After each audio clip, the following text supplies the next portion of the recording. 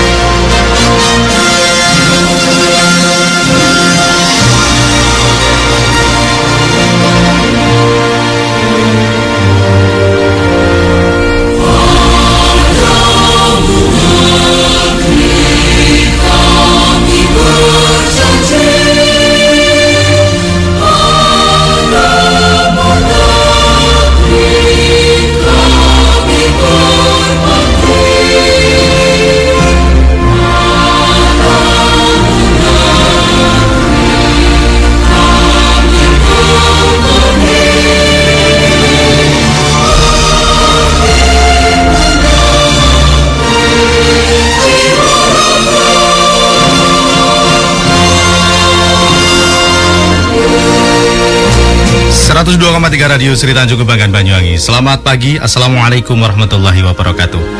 Sobat Sri Tanjung, perbedaan tidak seharusnya membuat Anda berpisah, karena perbedaan menyadarkan Anda bahwa Anda saling membutuhkan dan bisa saling melengkapi. Saya Dedi Ardianto. Hari ini Jumat Wage 21 Maret 2014 bertepatan dengan 19 Jumadil Awal 1435 Hijriah. Hadir ke ruang dengar Anda membawakan program informasi dalam program Dialog Interaktif. Dan pagi hari ini, pagi menjelang siang hari ini, saya sudah bersama dengan calon legislatif DPR RI nomor urut 2 dari Partai Kebangkitan Bangsa. Langsung saja kita sapa Ibu Hajah Nihayatul Wafiroh MA. Selamat pagi, Assalamualaikum. Assalamualaikum, waalaikumsalam warahmatullahi wabarakatuh. Selamat pagi Mas Dedi. Selamat pagi juga, bagaimana kabar hari ini? Alhamdulillah baik, semoga hari ini pendengar semua juga menjadi hari yang produktif buat semuanya. Iya, mengingat hari ini hari Jumat juga. Oh gitu ya? Ya, karena kalau orang Islam hari Jumat ini hari yang Yaumul Ayamul ya, hari yang cukup luar biasa. Sobat Sri Tanjung, sebelum saya berbincang lebih jauh bersama dengan, saya panggilnya siapa ya? Ibu. Saya dipanggil Nini bisa, Ndokni bisa, Nengni bisa, Nihaya bisa, mau terserah apa wis Mas, terserah. Oh, gitu ya? Saya ikhlas ya udah Mas. Karena beliau ini Sobat Sri Tanjung putri kelahiran Banyuwangi, asli Banyuwangi, 15 Desember tahun 79. Yep. Dengan orang tua Kiai Haji Mudhafar bin Haji Sultan, dengan ibu Hajah Hadariyatul Masrurah binti almarhum Kiai Haji Mukhtar Syafaat Abdul Ghafur. Beliau adalah pendiri Pondok Pesantren Darussalam Blok Agung, Karangdoro, Tegalsari, Banyuwangi. Dan saat ini beliau, Ibu Hajah Nihayatul Wafiroh MA ini tengah berkompetisi untuk memperoleh dukungan suara terbanyak di daerah Jawa Timur 3, meliputi Banyuwangi, Bondowoso, Situbondo, dalam pemilihan legislatif di tingkat DPR RI. Iya betul Mas. Luar biasa. Dan kalau boleh saya informasikan kepada Anda Sobat Sri Tanjung, Ibu Hajah Nihayatul Wafiroh ini Wafiroh Mas. Wafiroh, wah. Nini aja deh Mas. Nini aja ya. Kalau nduk itu kan biasanya panggilan dari orang tua ke enggak, anak. Mas, kalau di tempat saya nduk itu jadi seluruh keluarga saya dari Bani Syafaat itu yang perempuan dipanggilnya nduk. Nduk gitu ya. Jadi kalau masyarakat Banyuwangi, alumni, wali santri, simpatisan baik Blok Agung manggil saya lebih kenalnya Nduk Ni daripada nama lengkap saya. Gitu ya, Nduk Ni. Terserah mau manggilnya apa. Sak nyamannya. Sak nyamannya. Kalau Mbak Ni gitu ya. Boleh. Mbak Ni ya, Nduk Ni. Ya saya kurang gitu. Kurang pas ya, merasa gak nyaman. Ya. Nah, Sobat Sri Tanjung, Nduk Ni ini sekarang masih aktif begitu. Aktifnya apa sih Mbak? Saya kok jadi merancang ini. Saya posisinya sekarang mahasiswa S3 Mas di ICRS, Indonesian Consortium for Religious Studies. Ya. Itu program baru, bisa dikatakan baru ada di dunia, karena itu adalah konsorsium dari 3 universitas, yaitu UGM yang mewakili Universitas Umum, ada UIN Sunan Kalijaga Yogyakarta yang mewakili Islam, ada Universitas Kristen Duta Wacana yang mewakili Kristen. Jadi tiga elemen yang berbeda. cuman gedungnya secara administrasi masuk UGM begitu. Kenapa Anda justru lebih memilih jenjang S3 Indonesian Consortium Religious Studies ini? Karena memang basic saya adalah akademisi. Pertama, saya S1 saya di UIN Sunan Kalijaga, ambil jurusan tafsir hadis. S2 saya di University of Hawaii at Manoa, ambil saya di Asian Studies, fokus saya di Women and Religion in Southeast Asia. Lalu S3 di sini karena saya pikir ini adalah ICRS itu perbandingan agama dan budaya. Ini menarik buat saya karena memang basic saya di religions, dan isu yang saya angkat adalah isu soal perempuan. Jadi saya setiap harinya mempelajari kalau di kampus itu tentang kita mendiskusikan, bukan mendiskusikan perbedaan, tapi mendiskusikan persamaan-persamaan yang ada. Gitu. Jadi kita belajar tentang apa yang dikatakan di Al-Quran tentang Nabi Nuh, apa yang dikatakan di Bible, di Injil tentang Nabi Nuh dan sebagainya. Bagaimana sih posisi Maryam di Injil dan di Islam seperti apa. Dan itu sangat memperkaya pengetahuan. Ya, teman-teman ada banyak yang di kelas saya, ada ya Islam Pak Kiai, ada yang Romo, ada yang pendeta. Semua saling belajar di situ karena memang tujuan kita memang saling toleransi lah gitu. Luar biasa. Dan kenapa kok sekarang ini memilih sebagai calon legislatif? Sementara kalau menurut saya di tahun 2009 bahkan pemilihan umum sekarang ini, warga masyarakat ini mulai apatis terhadap partai politik yang namanya caleg dan lain-lain. Betul. Bagaimana kira-kira Anda untuk bisa meraup suara dukungan terbanyak? Sementara untuk prosesnya juga BPP, wah luar biasa pokoknya ribetnya. Bagaimana nih? Yang belum jadi caleg aja udah ngerasain ribet ya Mas, apalagi yang jadi caleg ini udah puyengnya udah sampai. Tapi begini, saya dulu juga berada di posisi seperti kebanyakan masyarakat, saya apatis. Saya bahkan termasuk orang yang sangat beroposisi terhadap politik. Saya selalu memberikan kritik-kritik kepada para aktivis dan juga politikus. Cuman memang persoalannya memang saya dihadapkan pada sebuah kenyataan yang memang saya harus mengambil keputusan itu. Saya sebenarnya dilamar untuk menjadi anggota legislatif. Dilamar ya, bukan melamar ya? Enggak, saya posisinya dilamar. Ya kalau wanita memang selalu dilamar ya. Perempuan Mas, bukan wanita. Ya, terus mohon silakan. Jadi saya tahun 2004 ketika saya lulus S1 saya sempat dilamar. Tapi saya tidak mau karena anak lulusan S1 ya paling tidak isopo gitu kan, bisa ngapain gitu, walaupun sekarang banyak lulusan S1 yang luar biasa. Ketika saya menjelang 2009 menjelang pemilu 2009 2008 ada 3 partai yang menghubungi saya. Saat itu saya masih kuliah di Amerika. Saya tetap tidak mau karena saya pikir saya waktu kampanye tidak ada di rumah dan saya merasa saya belum memberikan sesuatu buat masyarakat. Sampai akhirnya saya lulus 2009, saya langsung lanjut 2009 itu langsung lanjut kuliah S3 di UGM. Itu saya mulai beraktivitas, saya mulai deal dengan, saya menjadi konsultan di beberapa LSM internasional. Saya tuh kalau ngomong LSM di Banyuwangi harus agak hati-hati. Gitu. Tapi saya di LSM internasional, di LSM dari Kanada, LSM dari Australia, dari Amerika, dan saya juga pernah jadi program manager di sebuah LSM lokal di Jakarta. Dari situ saya melihat memang akhirnya kita berjuang mati-matian, tapi kalau tidak ada pengambil kebijakan yang aware, yang tahu kebutuhan masyarakat, yang tahu persoalan-persoalan di masyarakat, akhirnya ya bullshit saja, tidak akan melakukan apa-apa gitu. Wujudnya tidak begitu cespleng gitu lah. Saya mendampingi Musrembang Des mulai di ini untuk yang anggaran yang pro gender, pro poor. Tapi ketika itu kita bawa sudah di tingkat kabupaten, bertemu dengan program-programnya para anggota dewan yang itu ternyata anggota dewan yang banyak yang kurang paham soal hal-hal seperti itu, yang pro gender, akhirnya yang mentah lagi program-program yang dibawa dari yang kita dampingi mulai dari bawah, tentang bagaimana partisipasi perempuan di Musrembang Des dan sebagainya. Itu salah satunya. Dan yang persoalan yang mendasar, kebetulan saya pernah menjadi konsultan untuk memberikan pendidikan memberikan training kepada anggota Dewan Perempuan, bukan calon anggota Dewan tapi anggota Dewan Perempuan di beberapa daerah di NTB, seluruh kabupaten di NTB, di Kendari, di Makassar, di mana Lampung, di Bantul, di Jawa Barat dan sebagainya. Dari situ saya melihat ternyata memang kita masih memerlukan banyak anggota Dewan Perempuan yang berkualitas. Jadi anggota Dewan kebetulan loh, ini bukan saya tidak mengatakan semuanya. Kebetulan yang anggota Dewan Perempuan yang saya training itu tidak ada yang satupun yang melek IT.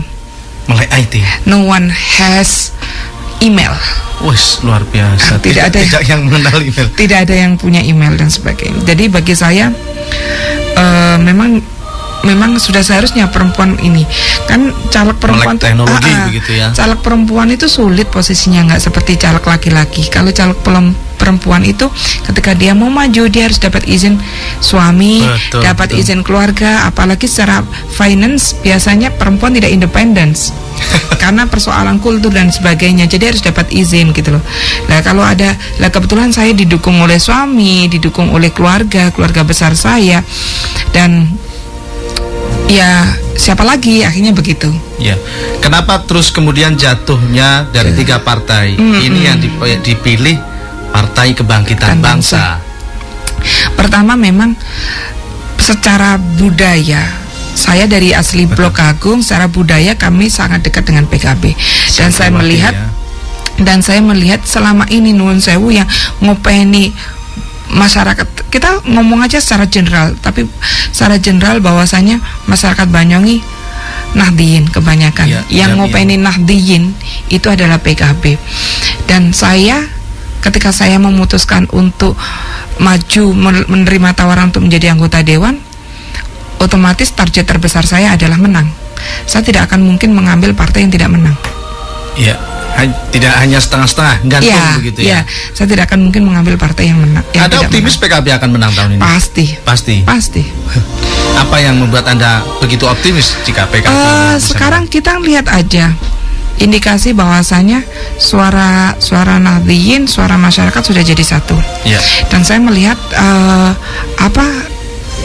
kawan-kawan yang bermasalah di PKB itu hampir dikatakan tidak ada dibanding dengan partai lain. Jadi itu menjadikan suara PKB semakin kuat, dan tokoh-tokoh luar biasa di Indonesia sudah kembali ke pangkuan PKB semua. Bu Khofifah Indar Parawansa, Pak Mahfud MD, Pak Alwi Shihab, semuanya sudah mengeratkan tangan. Pak Azim Muzadi sudah mengeratkan tangan untuk PKB. Saling merangkul, merapatkan barisan begitu ya. Itu sekarang kan PKB mendapat injeksi baru dari masuknya seseorang yang sangat paham tentang kebutuhan yang pengen mengabdi untuk masyarakat, yaitu pemilik Lion Air itu Rusdi Kirana kan Mas. Iya. Itu luar biasa. Saya kalau ngomong begini jadi merinding terus. Baik, Mbak Di, sebelum kita berbicara lebih lanjut, kita akan simak dulu salah satu jingle pesan yang ingin disampaikan berikut ini.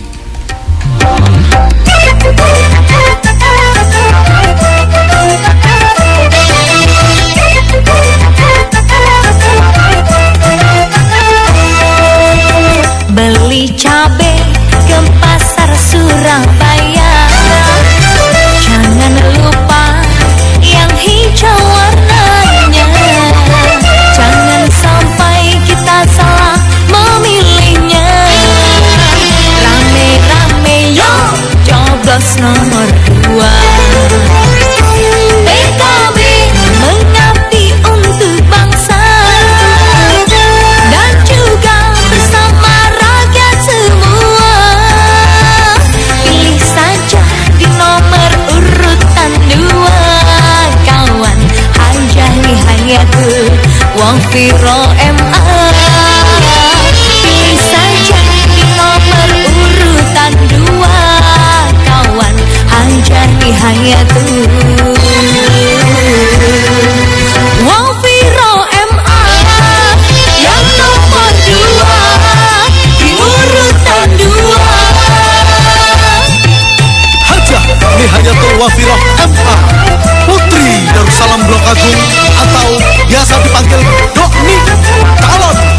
anggota legislatif DPR RI dari Partai Kebangkitan Bangsa Dapil Jawa Timur 3 yang meliputi Banyuwangi, Bondowoso, Situbondo, nomor urut 2. Ojo lare, coblos Partai Kebangkitan Bangsa nomor urut 2. Hajrah Nihayatul Wafirah MA. Ya, PKB. Sri Tanjung beda.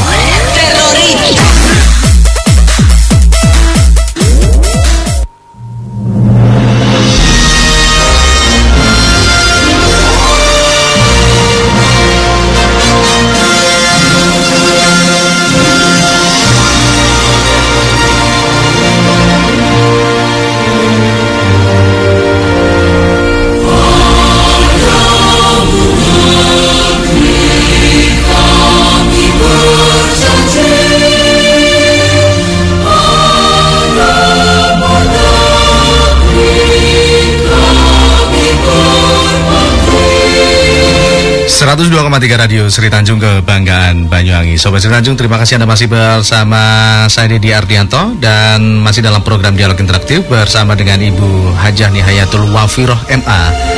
Beliau adalah calon legislatif DPR RI nomor urut 2 dari Partai Kebangkitan Bangsa. Nih, kembali Mbak Nik, kalau boleh ngomong tadi ya, sudah jelas sementara ini aktivitas Anda seperti itu. Ini warga Banyuwangi ini kan siapa nih, siapa Nduk nih? Bagi kalangan pondok pesantren Darussalam mungkin sebagian sudah ada yang mengenal. Betul. Sementara warga masyarakat yang lain masih belum begitu mengenal. Apa peran Anda dan apa partisipasi Anda selama ini terhadap Banyuwangi lah kalau ngomong begitu? Oke, mungkin teman-teman yang menengah ke atas mungkin pada kenal saya karena saya aktif nulis di radar itu satu bulan sekali, kadang 1 bulan 2 kali. Apa yang sudah saya lakukan di Banyuwangi? Memang skupnya belum Banyuwangi secara luas, Mas. Iya. Skupnya belum Banyuwangi secara luas, tapi skupnya masih beberapa tempat. Saya penggerak perpustakaan komunitas di wilayah Banyuwangi dan saya juga pendiri gerakan Baca Yuk yang mensupport beberapa perpustakaan komunitas di Indonesia. Yeah. Saya juga termasuk yang inisiator untuk gerakan pendidikan kesehatan reproduksi dan seksualitas untuk di kalangan pesantren, bukan hanya pesantren Darussalam tapi juga pesantren-pesantren di daerah sekitar. Memang kalau ngomong peran saya secara jelas, memang saat ini saya memang untuk wilayah seluruh Banyuwangi tentu tidak begitu belum sejauh itu. Tapi ketika saya ngomongi pesantren, saya pernah di UP4 unit pelayanan pengasuh pesantren putri, saya pernah memberikan training kepada para bunyai neng seluruh Banyuwangi. Jadi memang tidak saya terjun langsung ke seluruhnya, langsung ke masyarakatnya, tapi ketika saya mengatakan memberikan training kepada wakil-wakil pesantren, itu saya pikir sudah sangat mewakili karena pesantren itu di Banyuwangi luar biasa banyaknya. Betul. Dan mereka langsung ke grassroots gitu loh. Yeah. Dan kalau memberikan training ke pesantren, Mas, itu luar biasanya. Bukan hanya lingkup Banyuwangi, tapi hampir se-Indonesia. Contoh di pesantren-pesantren kayak Sembagus, di Blok Agung, itu santrinya dari seluruh Indonesia. Ketika kita mentraining mereka, otomatis ketika mereka pulang, mereka akan memberikan pencerahan juga di daerah masing-masing. Jadi gitu. Jadi kalau aktif beliau ini luar biasa konsennya terhadap perempuan yang terbanyak. Iya. Ya. Kalau boleh ini sedikit saya bicara, Anda melihatnya kasus kekerasan terhadap perempuan dan anak di Banyuwangi, bagaimana ini? Sebenarnya itu persoalannya adalah banyak sekali persoalannya. Yang pertama adalah memang budaya kita yang masih patriarki. Yang kedua adalah tingkat ekonomi karena semakin rendah pendidikan seseorang, tingkat kekerasan juga akan semakin tinggi karena tekanan ekonomi ternyata membuat emosi juga semakin tinggi.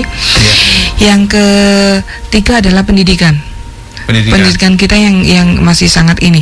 Kalau kita melihat, Mas, pendidikan di di Indonesia itu masih sangat rendah. Bahkan di Banyuwangi ini kalau saya melihat lakip terbaru, laporan dari pemerintah Banyuwangi, laporan akuntabilitas kinerja instansi pemerintah di Banyuwangi itu tahun 2012 kemarin untuk target untuk menurunkan angka buta aksara sampai umur 15 tahun belum tercapai. Jadi jumlah anak tidak sekolah di Banyuwangi itu seluruhnya ada 19.371. Itu mulai umur 7 tahun sampai umur 18 tahun. Itu kan berarti mulai anak usia SD sampai SMA. Betul. SMA itu berarti kan masih banyak sekali, dan itu menjadikan persoalan tersendiri. Padahal SDM itu menjadi kunci kan untuk pengembangan. Iya. Apakah dengan Anda melihat secara real kenyataan ini, apakah ini yang termasuk yang akan menjadi sasaran yang Anda akan perjuangkan? Iya. Saya sebelum announcement kalau saya maju menjadi caleg DPR RI, saya sudah melakukan small research, penelitian kecil lah untuk di situ untuk dapil saya Banyuwangi Situbondo Bondowoso. Akhirnya kita mengambil kesimpulan bahwasanya memang yang perlu diperjuangkan ada 3 hal. Pertama pendidikan, kesehatan, dan ketiga adalah entrepreneurship perempuan. Kenapa pendidikan? Apalagi terutama pendidikan untuk difabel. Pendidikan difabel untuk masyarakat. Iya. Untuk masyarakat difabel atau masyarakat atau anak-anak yang berkebutuhan khusus. Karena dari usia sekolah 0 sampai 15 tahun yang berkebutuhan khusus di Indonesia, di Banyuwangi ini tahun 2012 itu ada sekitar 504 anak. Tapi coba kita lihat apakah di setiap kecamatan itu sudah ada sekolah luar biasa dan sebagainya. Jadi sekolah inklusif sepertinya yang perlu digalakkan. Itu yang soal pendidikan. Dan soal yang kedua adalah kesehatan reproduksi. Yang saya fokusnya adalah kesehatan reproduksi. Karena apa? Jumlah AKI sangat tinggi di Indonesia. Setiap 100.000 kelahiran ada 228 ibu yang meninggal. Kalau di Jatim memang agak turun, ada sudah sekitar 97 orang yang meninggal. Tapi coba dibandingkan dengan daerah di Iran, seperti di Iran itu setiap 100.000 kelahiran itu yang meninggal cuma 28 orang ibunya yang meninggal. Jadi itu sebenarnya kesehatan reproduksi kita masih sangat rendah, karena persoalannya adalah ketika kita ngomong kesehatan reproduksi pasti kaitannya dengan organ tubuh dan sebagainya, itu masih dianggap tabu. Dan memang kurikulum kita belum mensupport itu. Contoh aja paling simpel, kalau ada pelajaran di SD anak kelas 5, kelas 6 itu biasanya ada pelajaran kesehatan dan olahraga. Tapi yang diajarkan kan hanya olahraga dan sebagainya, tidak pernah diajarkan bagaimana untuk pertama kali anak mens. Betul. Padahal anak pertama menstruasi itu kan pasti harus diajarkan bagaimana, oh ini loh tubuhmu, nanti kalau kamu mens kamu akan begini, cara menjaga alat reproduksimu seperti inilah. Itu sebenarnya tidak disampaikan. Bahkan ketika sudah sanawiyah, saya pernah memberikan training kepada guru-guru perempuan mulai tingkat PAUD sampai sekolah tinggi. Saya tanya bagaimana cara mengajarkan pelajaran biologi. Ya diajarkan biasa Bu, bahwa perempuan itu punya rahim, mata ada retina dan sebagainya. Diajarkan nggak bagaimana cara merawat reproduksi, bagaimana kalau perempuan itu tidak bisa harus alat organnya itu harus dalam kondisi yang kering, tidak boleh lembab karena terlalu akan banyak jamur, bla bla bla, kayak gitu tidak pernah diajarkan gitu loh. Jadi itu menjadikan informasi-informasi tentang kesehatan reproduksi itu sangat minim di Indonesia. Saya tidak ngomong secara Banyuwangi, secara spesifik di Indonesia secara general. Jadi itu menjadikan angka kematian ibu melahirkan sangat tinggi.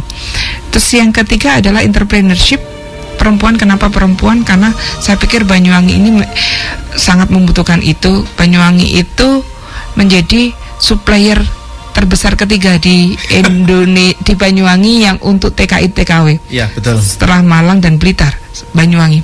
Mudah-mudahan tidak supplier yang lain. Itu yang akhirnya menjadikan yang banyak memunculkan keprihatinan. Bahkan kemarin hasil laporan 2013 dari Migran Care itu ada 1.230 TKI TKW yang dalam 1 tahun itu yang meninggal di luar negeri. Berarti ada 3-4 orang dalam 1 hari yang meninggal di luar negeri. Kalau dikalkulasi kasar begitu. Itu yang menjadi akhirnya memang entrepreneurship perempuan penting. Kenapa nggak laki-laki? Saya pikir kalau lahan kerja laki-laki sudah sangat tidak banyak, tapi paling tidak mereka lebih punya budaya, kita lebih mensupport laki-laki untuk bisa bekerja di luar. Kalau perempuan sulit sekali untuk bisa kerja di luar, ada anak dan sebagainya. Akhirnya pilihannya adalah home industry memang gitu loh.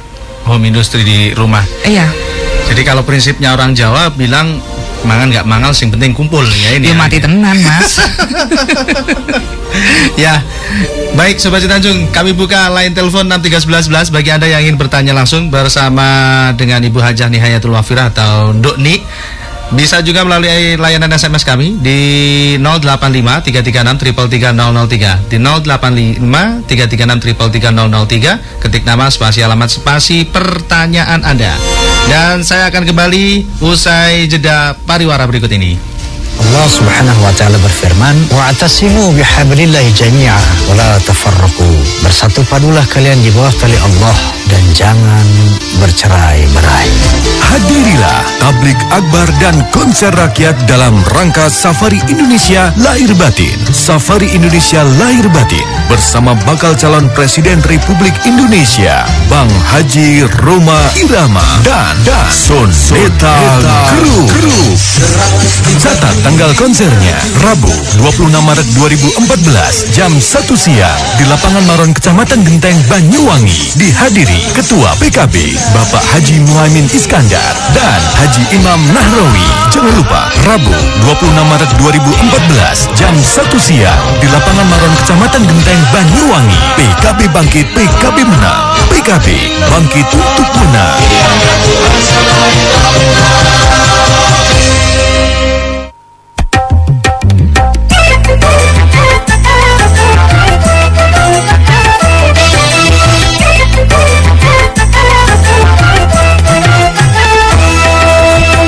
Beli cabe ke pasar Surabaya, jangan lupa yang hijau warnanya.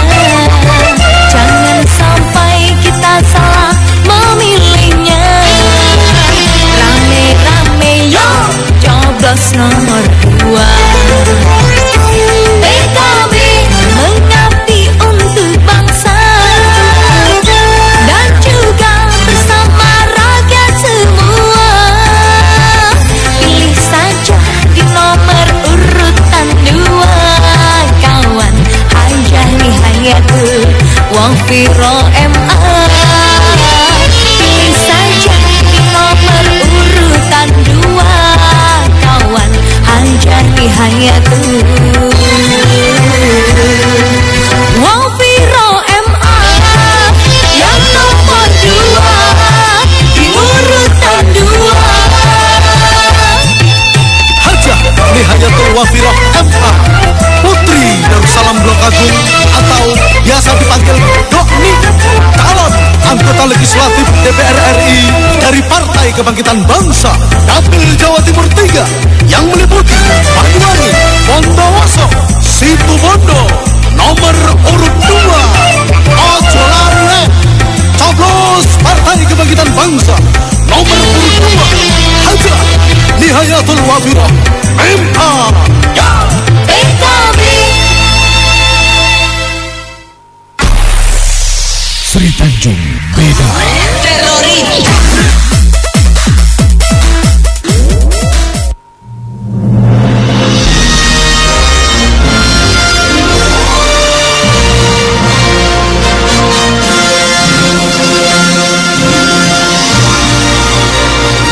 .3 Radio Sri Tanjung Kebanggaan Banyuwangi. Sobat Sri Tanjung, terima kasih Anda masih bersama kami dalam program Dialog Interaktif bersama dengan Ibu Hajah Nihayatul Wafirah MA. Beliau adalah caleg DPR RI nomor urut 2 dari Partai Kebangkitan Bangsa. Baik, Nduk Ni, kalau tadi kita sudah tahu visi misi Anda sebagai calon legislatif di DPR RI. Kali ini yang ingin saya tanyakan, kalau siap menangnya sudah siap? Siapa caleg pun siap menang sudah siap. Tentu. Yang siap kalah ini. Itu saya sudah siap semuanya. Sudah siap semuanya. Karena biasanya kalau caleg itu hanya siapnya siap menang dan harus menang kan gitu.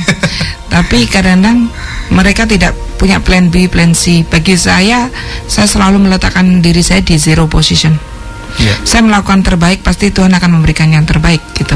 Tapi kalau saya tidak menang, saya pun juga aktivitas saya sudah banyak, jadi saya pun tetap beraktivitas.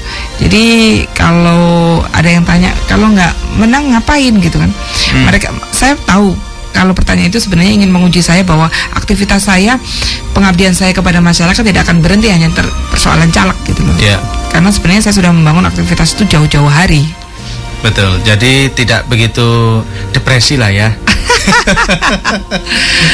Saya termasuk caleg yang, saya kalau bilang teman-teman, tidak termasuk caleg yang punya potensi depresi, karena saya bukan incumbent dan saya bukan caleg yang dengan bermodal banyak.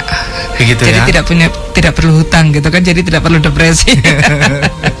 Ya, karena kalau ngomongkan pencalonan, memang selain melawan teman-teman di partai sendiri di nomor urut, betul, belum lagi bertarung dengan partai-partai lain, ini sungguh luar biasa berat bagi caleg ini.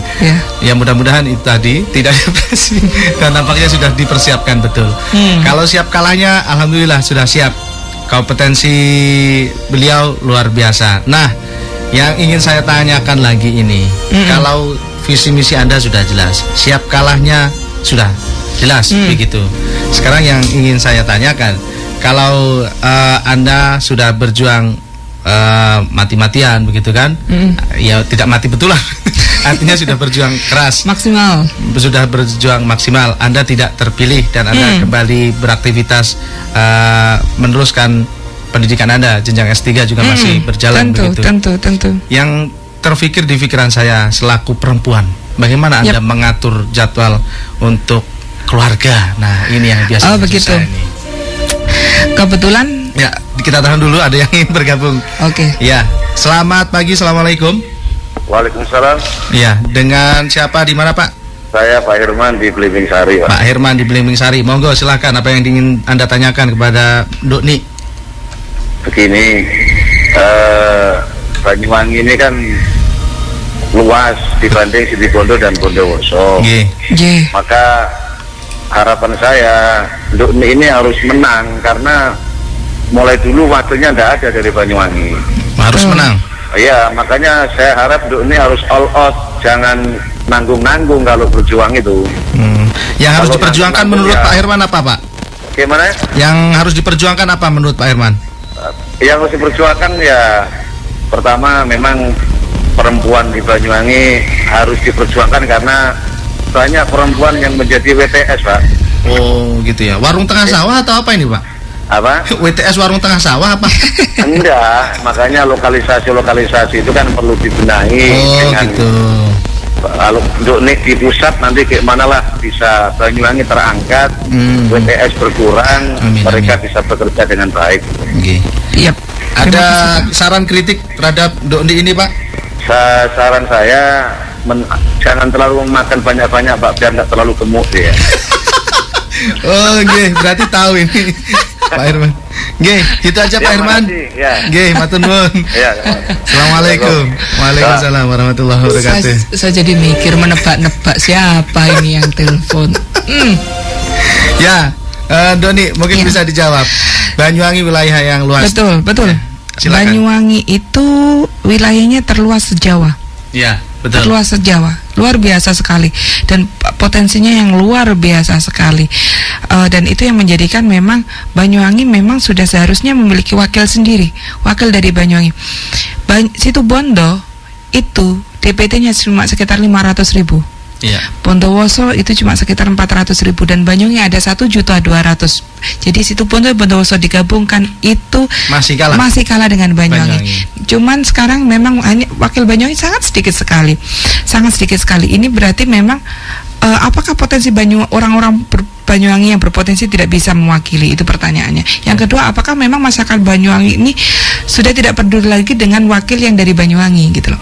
Makanya ini sekarang di Banyuwangi, terutama di partai saya, di PKB dan juga di masyarakat Nahdien Banyuwangi, ini gerakan untuk memilih wakil dari Banyuwangi itu sangat kuat sekali. Karena beberapa kali kita wakilnya bukan dari Banyuwangi, dan itu akhirnya menjadikan orang Banyuwangi istilahnya nggak dapat apa-apa gitu loh. Benar. Terus soal kawan-kawan yang dari pekerja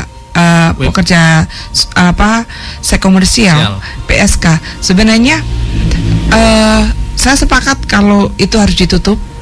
Dan lebih sepakat lagi kalau sebelum ditutup tentunya harus ada pembekalan yang ini. Saya pernah mengalami betul ketika saya berkunjung dengan teman-teman PKBI di daerah di Jogja, di pinggiran itu, di lokalisasi yang sangat kumuh. Yang ininya adalah orang-orang tukang becak, kuli bangunan dan sebagainya, yang mereka dibayarnya cuma satu kali servis 20.000 dan sebagainya. Mereka tidak bisa berhenti dari itu karena skill yang lain tidak punya, dan di samping itu mereka posisinya dijadikan ATM oleh pasangan mereka. Di samping itu begini, saat saya ke sana itu saya ingat waktu itu malam Selasa, dan itu orang-orang yang perempuannya, yang teman-teman PSK ini pada nggak ada semua. Loh, kok pada kemana? Kok pada nggak ada? Itu di pinggir rel posisinya, hanya di pinggir rel, di bedek-bedek pinggir rel. Ini karena habis ini ada Satpol PP Garuan, istilahnya Garuan, Satpol PP razia. Oke. Terus tapi kok itu banyak yang laki-laki di situ sih, banyak orang-orang laki. Iya, itu konsumennya loh. Kenapa mereka nggak sembunyi? Kan yang digaruk cuma ini, yang PSK aja. Jadi sebenarnya di undang-undang kita ada sisi yang missing, ada sisi yang hilang, yaitu sisi pengguna PSK. Mereka tidak pernah hidung belang tadi ya. Mereka nggak perlu hidung belang karena hidungnya bersih juga, Mas.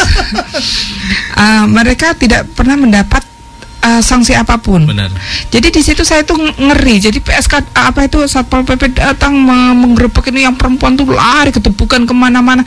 Yang ininya duduk aja di pinggir rel sambil ngobrol ini. Jadi mereka tenang-tenang aja, gitu loh. Padahal kalau sisi ekonomi, kalau ada pemberi pasti ada penjual. Gitu. Pasti akan mereka berdua saling terkait lah begitu. Jadi sebenarnya persoalannya, mari kita melihat persoalan ini secara lebih gamblang. Dari sisi teman-teman PSK ini memang harus mereka membutuhkan perlindungan, mereka membutuhkan skill dan sebagainya. Saya pernah mendampingi LSM yang seluruh anggotanya adalah mantan PSK. Mantan PSK itu di daerah Jatinegara, di daerah pinggiran pinggir rel Jatinegara di Jakarta itu. Mereka memberikan penyuluhan tentang HIV/AIDS, mereka membuat koperasi dan sebagainya dari mereka, dan itu benar-benar disupport oleh pemerintah. Karena yang bisa mendekati mereka adalah teman-teman mereka sendiri, karena mereka yang tahu betul posisinya seperti apa dan sebagainya gitu loh. Itu yang sebenarnya butuh skill yang perlu kita kuatkan sebelum kita mengambil langkah. Penutupan gitu ya. Kalau ada yang bilang, yo gimana dikasih uang tapi ternyata dibuat kredit sepeda motor dan sebagainya. Iya, karena memang secara pendidikan dan sebagainya mereka tidak mumpuni dan sebagainya. Jadi mari kita melihat persoalan ini dengan lebih general, dan semoga nanti dengan banyaknya orang lebih paham ini kita bisa mengambil langkahnya tidak pada persoalan yang sifatnya yang kelihatan saja, tapi sebagai core-nya, akarnya itu apa persoalannya. Benar. Tapi saya sepakat kalau harus ditutup, itu sepakat. Karena apa? Karena memang itu kalau masih ada yang penyebaran HIV/AIDS-nya sangat-sangat ini. Dan persoalannya begini, Mas, kalau ternyata teman-teman PSK ini tidak diberikan skill yang layak atau bagaimana, ketika ditutup akhirnya mereka membuat beroperasinya di daerah-daerah pinggiran-pinggiran yang tidak bisa terkontrol. Kalau tidak bisa terkontrol, penyebaran semakin kacau. Kalau jadikan satu mereka ibu mami-maminya itu bisa menyediakan kondom dan sebagainya, harus pakai kondom. Tapi kalau sudah di pinggir-pinggiran itu siapa yang akan memberikan kondom dan sebagainya? Itu yang menjadi persoalan bersama sebenarnya. Begitu, Mas. Ada di SMS, menurut pendapat Ibu, dampak yang terjadi sekarang banyak caleg dengan latar belakang pendidikan bervariasi. Kenapa kok nggak dipilih jurusan tata negara, hubungan internasional, STPDN, public relations saja, biar pas gitu? Wah, ini Bu Nunung di Srono. Terima kasih. Terima kasih Bu Nunung. persoalan negara itu tidak cukup hanya dari sisi administrasi. Dari sisi manajemen tidak bisa terputus dari situ. Tapi persoalan negara itu banyak sekali. Kita membutuhkan ahli ekonomi untuk mengurusi bagaimana kita menata ekonomi ini. Kita membutuhkan ahli tentang women studies karena yang mereka mengetahui akar masalah persoalan-persoalan perempuan. Kita membutuhkan ahli antropologi untuk melihat bagaimana sebenarnya persoalan di lapangan budaya satu dengan yang lainnya seperti apa. Kita membutuhkan ahli pendidikan untuk melihat sisi pendidikan, membuat pendidikan kita lebih baik. Kita membutuhkan ahli agama karena apa? Karena negara kita ini tidak bisa lepas tanpa agama. Itu yang ini. Jadi sebenarnya harus saling menopang, bukan yang satu lebih baik daripada yang lain, tapi semuanya harus menopang. Itu seperti bahasa kita. Kenapa kita semua orang harus pakai harus belajar bahasa Indonesia? Padahal karena bahasa Indonesia adalah komunikasi yang akhirnya menopang seluruh. Kalau kita tidak bisa bahasa Indonesia yang baik, tentu kita tidak bisa menerima dan tidak bisa menyampaikan pesan yang baik pula. Begitu juga dengan yang lainnya. Jadi antara hubungan luar negeri, tata negara itu juga harus ini. Saya tidak bukan basicnya orang yang punya basic ilmu hubungan luar negeri, tapi karena kebetulan saya sering ke beberapa negara, akhirnya itu memberikan saya pengalaman baru bagaimana deal dengan luar negeri begitu. Ada juga ini. Assalamualaikum warahmatullahi wabarakatuh. Waalaikumsalam.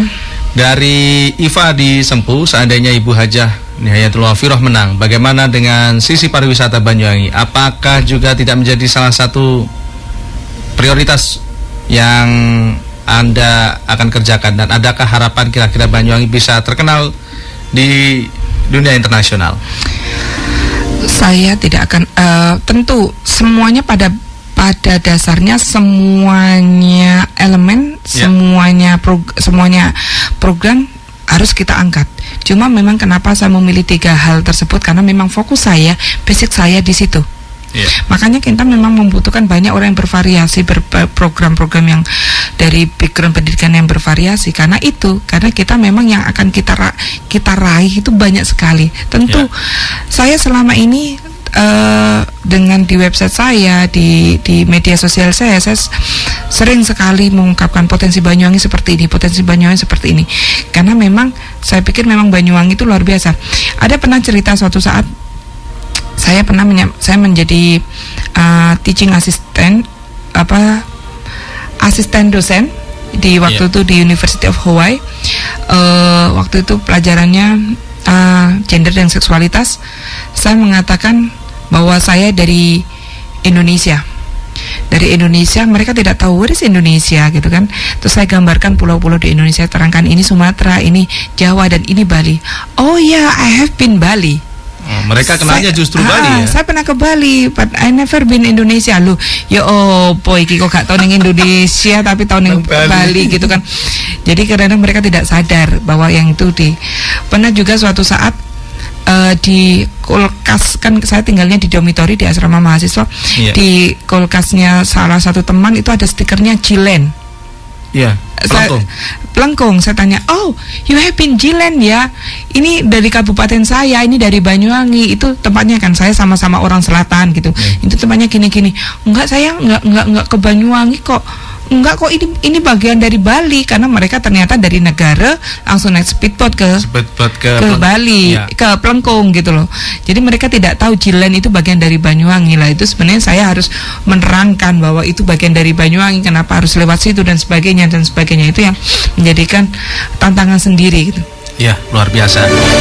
Baik Sobat Tanjung, berhubung waktu kita juga terbatas, dan tentunya terima kasih saya ucapkan untuk Anda yang sudah bergabung, baik telepon maupun SMS. Sebagai closing statement, silakan Doni.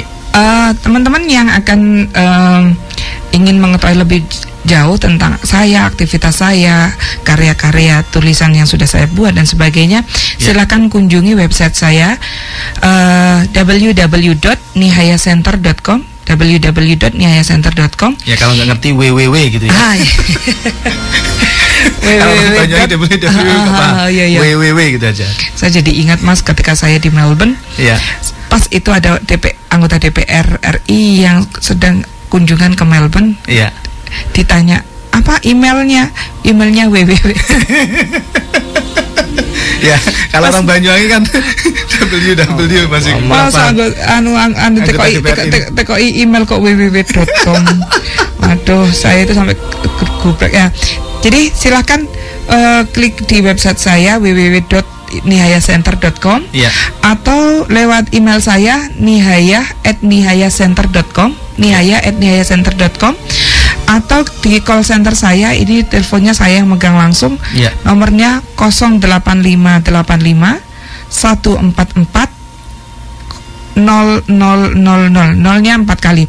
Jadi 08585 144 nolnya 4 kali. Dari saya, orang Banyuwangi harus milih orang Banyuwangi. Dan saya berharap semuanya tidak golput. Karena ini adalah tanggung jawab kita kepada negara. Dari saya, Hajah Nihayatul Wafiroh, Partai Kebangkitan Bangsa, nomor urut 2. Assalamualaikum warahmatullahi wabarakatuh. Waalaikumsalam warahmatullahi wabarakatuh.